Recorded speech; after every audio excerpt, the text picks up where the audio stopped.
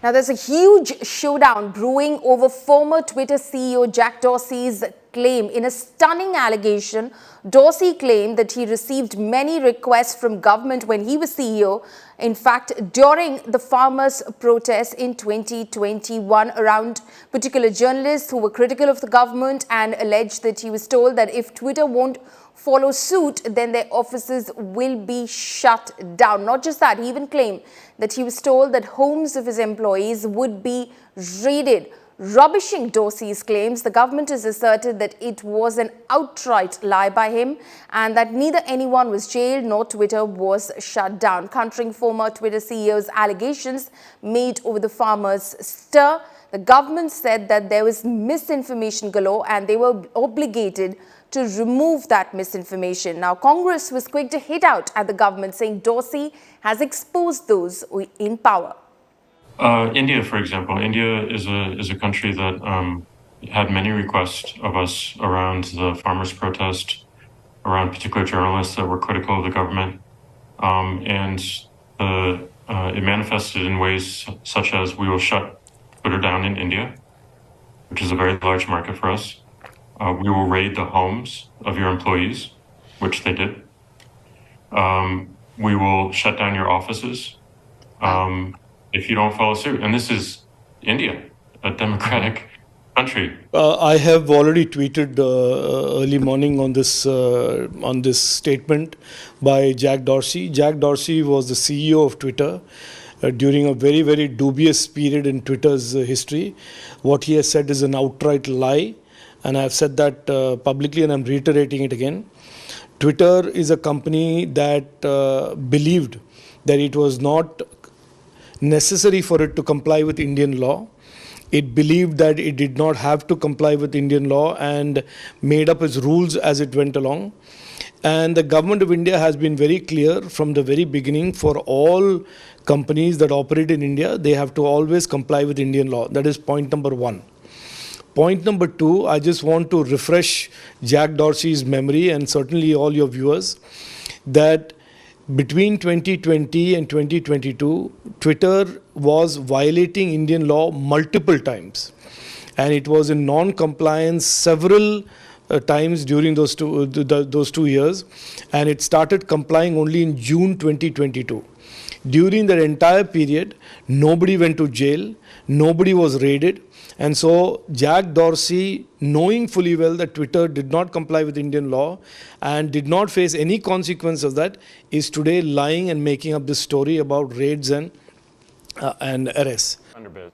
My colleague Rahul Gautam is now joining me live on this. Rahul, this is clearly ammunition in the opposition's hand because Jack Dorsey's allegations clearly target the government, saying that it was the government that was pressurizing Dorsey and Twitter allegedly in 2021, specifically during the farmers' protests, to clamp down on those that were considered to be critical of the government of the day.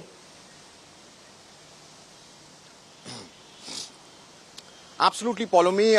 This issue has given ammunition to opposition camp and particularly to Congress party, which is now saying that, this shows that how the government of the day is trying to, kill the dissent. They are trying to silence the opponents, and that's why Twitter was threatened. In fact, they are saying that what Josh Dorsey, had said in that particular interview, it only gives credence to the claims that were made earlier by Congress party and their leaders, including Rahul Gandhi. So you rightly pointed out that this is certainly going to become a flashpoint.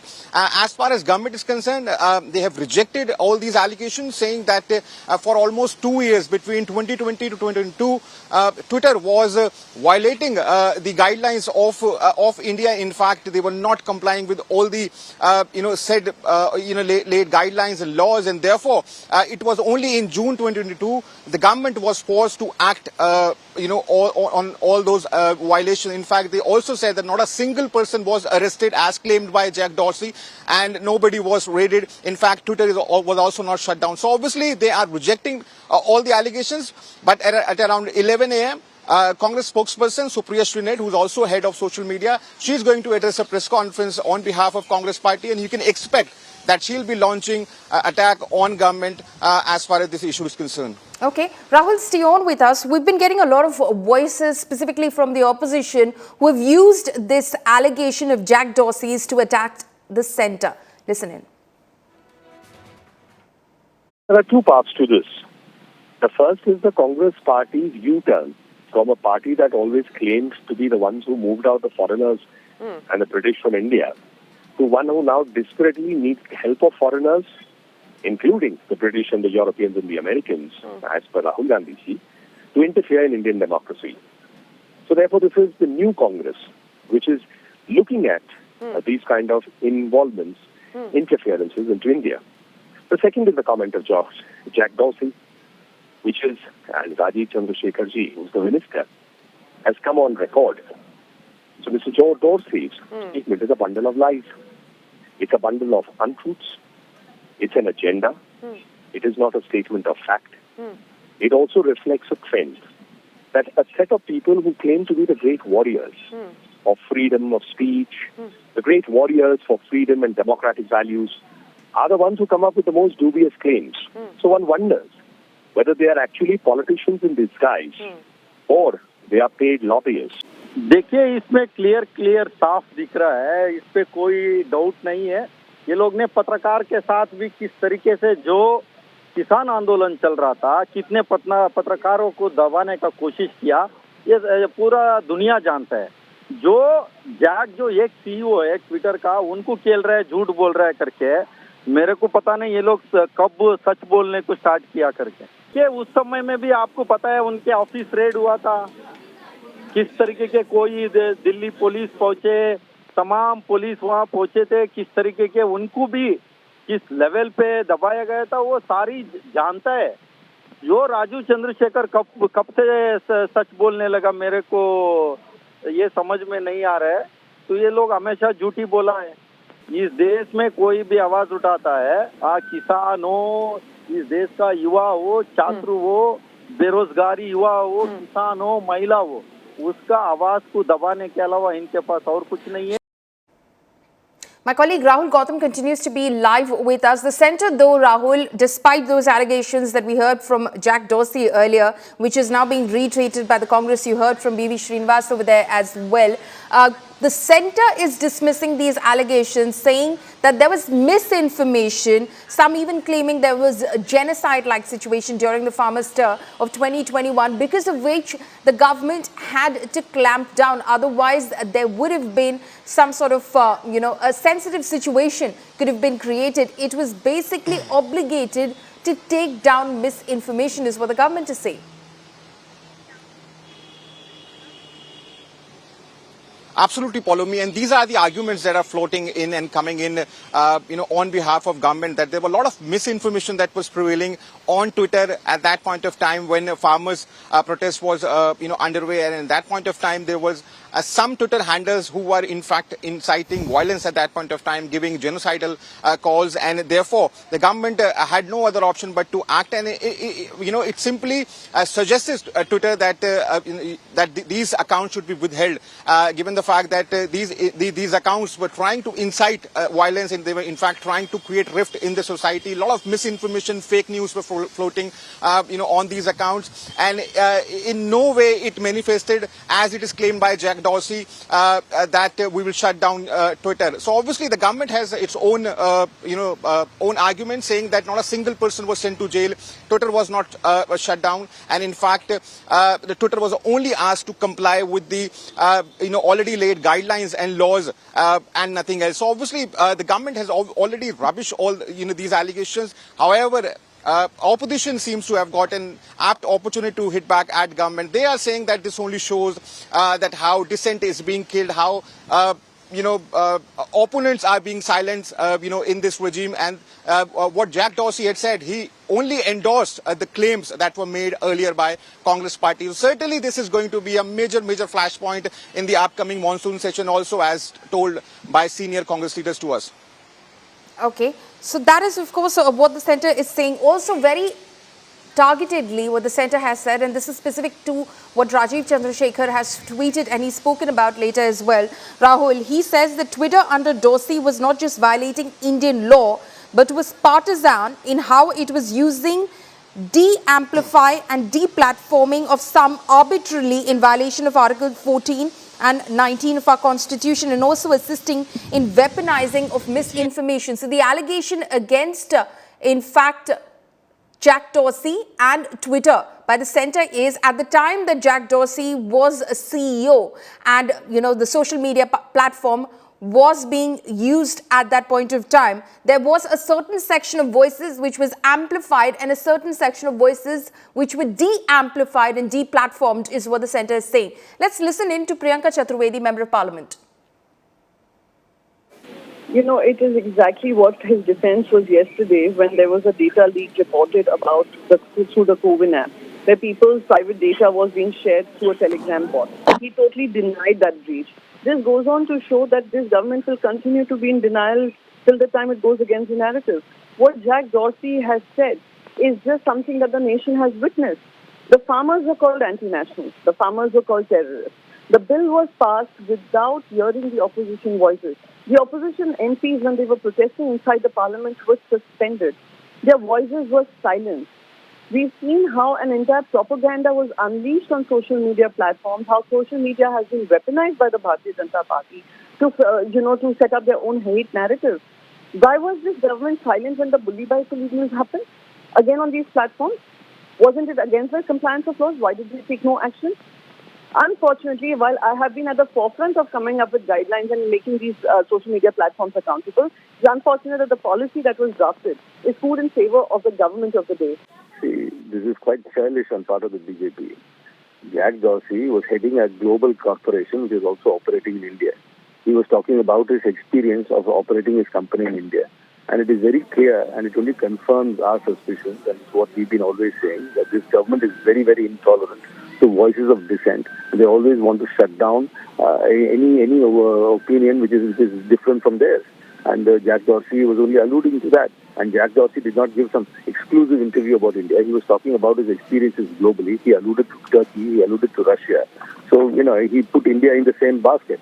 So, I mean, the minute if another overseas citizen or a national says that India's economy is growing, or this prime minister is a great man, the BJP will immediately lap it up. But if somebody criticizes the way this government is functioning, they will immediately be labeled as an agent. I mean, this is quite childish on part of the BJP, and this is their normal tactic. So that is, of course, what the opposition has to say, that this is not Jack Dorsey's comments in that interview that he gave to Breaking Points. This is not his comments specific and restricted to India. He was speaking about the regimes in the US when he was Twitter CEO, about Russia and how he had to deal with the administrations of these respective countries. He, of course, has made a very sensational allegation against the central government in the time of the farmers' stir, the protest of 2021. He said that there was pressure on Twitter at that point of time to take down certain tweets, to clamp down on voices that were critical of the government. He said that there were threats being issued by the central government, that the offices of Twitter would be raided, that the homes of their employees in India will be raided. So that is the kind of allegation, sensitive allegation, that Jack Dorsey has leveled against the central government. Now, the central government has hit back. MOS IT, that is Rajeev Chandrasekhar, has hit back and has given a long response to the same, saying that there was a lot of misinformation that was floating around at the time of the farmers' stir, which even in fact alluded to possibilities of a genocide, which was definitely fake, and hence the government had to clamp down. Now, Rahul Gautam, my colleague, is joining me live in this. Rahul, the other point, of course, that Rajeev Chandrasekhar makes in his post is that the allegation against Twitter is that under Jack Dorsey, there were a certain kind of voices that were amplified and a certain kind of voices that were de-amplified, Rajeev Chandrasekhar says, that were de-platformed in violation of Articles 16 and 19 of the Constitution. So clearly what he's saying is that the left-leaning voices at that point of time, which was the allegation by the BJP, the right wing under Jack Dorsey, that left-leaning voices were being amplified in, to a disadvantage of other voices. Absolutely, Paulomi. Rajeev Chandrasekhar not just pointed out that how several accounts were amplified who were critical of the government. At the same time, he also pointed out that several accounts who were trying to spread misinformation, fake news, giving genocidal calls. These accounts were not acted upon. And apart from this, he also said that when something like this happens in US, Twitter always Okay, take Rahul, just hold on for a moment. Nasir Hussain, Member of Parliament of the Congress Party, is also joining us over the phone line right now. What do you have to say about the allegations that Jack Dorsey has made? Because the centre has dismissed those allegations, saying that at a time that there was misinformation, there was a need to put in certain restrictions. Otherwise, a very sensitive situation could have flared up. He's talking about the Farmers' Tour of 2021. Yeah, I think the government is being exposed day in and day out. The government of the day has been trying to curtail the voices of dissent. They have been trying to curtail the freedom of expression and speech. This, the opposition has been raising both in the parliament and outside the parliament regularly. Not only during the farm protests, even otherwise, all the social media platforms resort to be the government needs to monitor it, but the government cannot force any social media platform to bring down posts which are against the government. See, something against the nation can be brought down, something derogatory can be brought down, something trying to destroy the characters or making a character assassination of some certain individuals can be brought down. But that is the charge, Mr. Hussain. That is the charge that the government is making, that Twitter under Jack Dorsey was violating Indian law. They seemed to not think much of Indian law and, in fact, about following those rules. Criticizing government policies and programs, criticizing government actions is not violation of any law. It is a basic necessity in a democratic setup that anybody can express his or her voice against the government policies and programs or actions or decisions taken by the government. Anything against the government is not against the nation. Anything written against the Prime Minister is not against the nation. The nation and the government are two different entities. We have to understand that.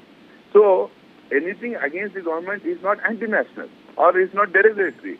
But should we, Mr. Hussain, be taking Jack Dorsey's word for it? Because as it's already in the public domain, and the government is also highlighting this, there have been allegations against Jack Dorsey and the regime when he was, of course, CEO of Twitter, that it was blatantly partisan and discriminatory towards a section of society's voices.